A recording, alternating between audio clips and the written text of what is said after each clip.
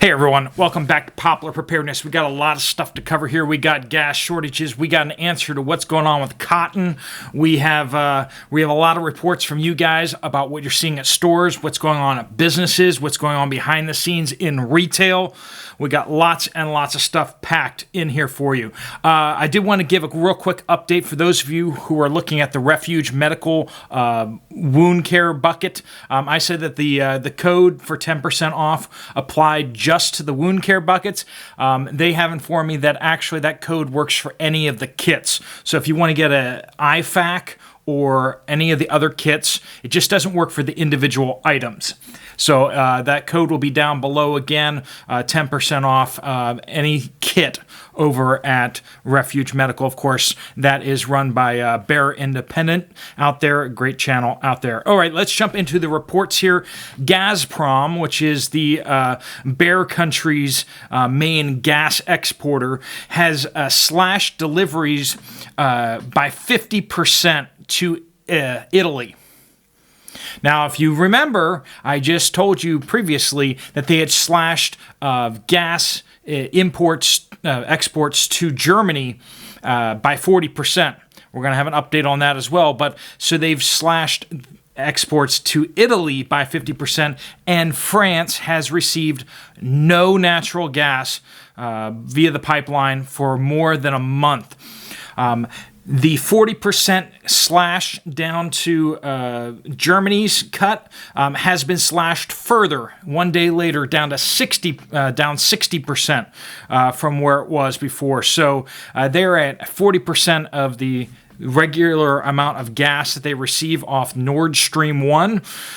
And Italy is also being hammered too. Now, the word out there is that Gazprom has said the cuts were necessary because a turbine for a compressor station in northwestern Bear Country was sent for repairs and hadn't returned on time.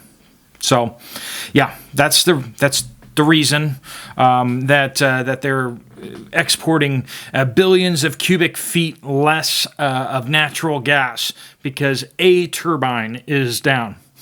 If you believe that, we got some swampland in Arizona that you might want to buy from us. All right, another report here. Anonymous in Australia says, name withheld for per request. Lettuce in Queensland was $19 Aussie dollars, $19 for one head of lettuce. So KFC stores were using cabbage leaves on their burgers. Tomatoes were $29 per kilo. Now, Aussie dollars are $1.44 to $1 US. So that number is a little higher than what it would be in USD, but we're still looking at over $10 for a head of lettuce. I'm sorry, but I won't pay that. And apparently neither will KFC. So next report here. We're hearing 40 to 50 week lead time for basic ductile iron pipe and growing. That's huge. Major impacts on water and wastewater systems. If a utility doesn't have enough on hand for main water breaks and emergency repairs, they're screwed. For comparison, pre-cough, lead times were 4 to 6 weeks for most large orders. Yikes. Aviation. Hiring A&P mechanics and pilots like crazy. Shortages of rubber components causing larger assembly shortages downstream. I had not heard of rubber shortages yet, but let's keep an ear on that one, folks. If you're hearing rubber shortages out there too, that will have a lot of impact on a lot of industrial processes and such. Another report. I work in roofing on the West Coast. I used to order 4x10 sheets of plastic coated sheet metal, TPO clad, for about $100 each over the last many years. In January, the sheets went up to $240, an outrageous price. Then we couldn't find them. I was barely able to make the needed parts for roofing systems from what I had in stock. I just bought 3 sheets. Normally I would buy 5 or 10, but there was a limit on the order size. I paid $480 a sheet. A scupper roof drain I used to sell for $20 to $30. I now have to charge $80 to $100. Stainless steel is cheaper and easier to find right now. Folks, when you're seeing prices going up 5 times, does that sound like 8% inflation to you? Yes, sounds like the government is using Common Core math here. Because everywhere we're going out there, we're seeing prices doubled to, like in some cases, 5 times the price of what things were even just a year or two ago. Another report here, extreme short staffing across all shifts. Slowed production supply issues for all raw materials. It is nearing the end of our fiscal year, so naturally production slows down. This is not about roofing. This is manufacturing size on a factory. The worrying thing is the fact that we can't get people to apply. Starting pay is over $20 an hour with full benefits, 401k, stock, health, dental, vision, 6 weeks paid vacation. Hey, can we get an application for this place? That sounds pretty darn good, actually. No one can last because the work is extremely tiring due to operating at 1/3 of the staff we should have. Wow. And they're saying they can't get anyone because no one will be able to pass a drug test. This is a little bit long one, but you're going to want to hang through this because this is going to give you a feel for what's going on at a lot of places out there, especially logistics and warehousing. Logistics, warehousing, sourcing, distribution for mid-sized companies that sell direct-to-consumer and major retailers like Best Buy, Target, etc. Co-packers/suppliers/manufacturers are slow to fulfill orders with big price hikes every month. Something brands have to absorb or extend to their buyer. Staff is tired and feeling burned out. The things that we used to do with ease seem to need a pep talk to complete. Clients seem less. This is a CEO of a company, by the way, a multi-million-dollar company that he owns. Clients seem less concerned about paying invoices, but still want unrealistic timing to complete jobs. I have not taken home a paycheck in over 6 months to help with the wage increases, savings, and inflation. I am the owner. I'm not broke, but I'm not rich either.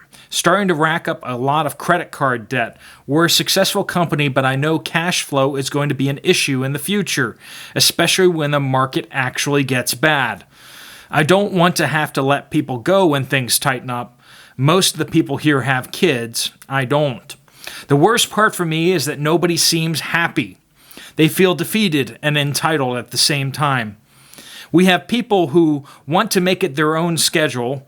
A few tell me that they want to work from home. I ask them how that is possible since we ship goods. No response. There's this new energy out there that all bosses are bad, but everyone wants to go start their own business or call the shots. We had a person come to HR asking for a $10 per hour raise, and we told them that, sorry, we can't pay that anymore at this time. Perhaps there's another place that can accommodate them. We just gave raises and bonuses for gas and pay $5 over the California minimum wage for every new employee. And they started crying, saying they love it here, and would we take them back? Our HR said, well, you didn't quit yet. That we're aware of, so you're still employed if you want to be. We just can't pay you that wage. They said, okay, and just went back to work. It feels like everyone is losing it and barely holding on. On the surface, they are more than okay. Spend some time with them, and you realize that they're not doing well. I'm not optimistic about the next 5 years. Bottom line, it's never a good sign when the CEO and founder of a multi-million-dollar corporation is broke and looking for a new job. Word, folks. All right, cherry shortage out there. This is not yet confirmed, but I'm seeing rumblings about this. Has anyone else noticed an extreme shortage of fresh cherries? There are simply none to be had in my area. Well, I found 3 bags of cherries at the local Target, but 2 of them were moldy, and the cherries in the last bag were ancient and shriveled. I'm seeing some reports that they're hit or miss out there, but definitely a lot more expensive, and it just seems like the cherries are not on the store shelves like we've heard before. All right, this comes from David in Texas, and the Texas Panhandle. I live in cotton country in southern Texas Panhandle. I have driven the 100 miles between these 2 places, and at this time of year, I should see green cotton plants being watered by irrigation. But for that 100 miles, I see nothing but empty dirt as far as the eye can see along Highway 87. No cotton, and the irrigation systems are not operating. I have a friend who works on a large cotton farm near there, and he says no one can afford fertilizer and the cost of pumping water is too high. So, listen to this, folks. Many farmers are planting but not watering or fertilizing. They expect their crops to fail completely and hope to collect crop insurance checks to stay afloat. But this means a seriously small harvest in the fall. So if you think the cotton shortages are bad now, they're about to get far worse. And next year, expect crop insurance premiums to be unaffordable. Are you listening, folks? Are you paying attention? We keep having these massive cash bailouts for farmers who are letting their crops be lost, not just for cotton, but we're hearing this out there for other crops too, wheat and soybeans. We're hearing that for corn out there. Depending on the terms of their insurance contracts, it looks like it might be more lucrative just to take the insurance handouts or the government bailouts. So folks, keep your ear to the ground on that. We may have some really devastating harvests out there because it may actually be financially incentivized for farmers in a lot of cases to lose their crops. And we're hearing out of Pennsylvania about at least one farmer saying that they can't afford the diesel to harvest the corn in their field right now. All right, this is from Ed. My son works at Big Lots in Ohio. Big Lots was anticipating 32, it says 32%, but I think it's $32 per square foot in profit. To date is only 12. Stock values have dropped 51% over the last year. I asked him about why my local Big Lots in PA had some of its overhead lights off. He said corporate instructed them to turn off as many as possible, as well as any non-essential devices to save electricity. Will Big Lots follow Sears and Kmart down the drain? Folks, there's very real pressure on the retail stores out there. All right, this is from, I guess, 2 pastors in Michigan. 2 weeks ago, I was checking out the Meijer in northern Michigan. The teller leaned in and whispered, "They just told us in a meeting that the shelves will be empty by October. Nothing on the shelves." She then mumbled that she has a full freezer of meat.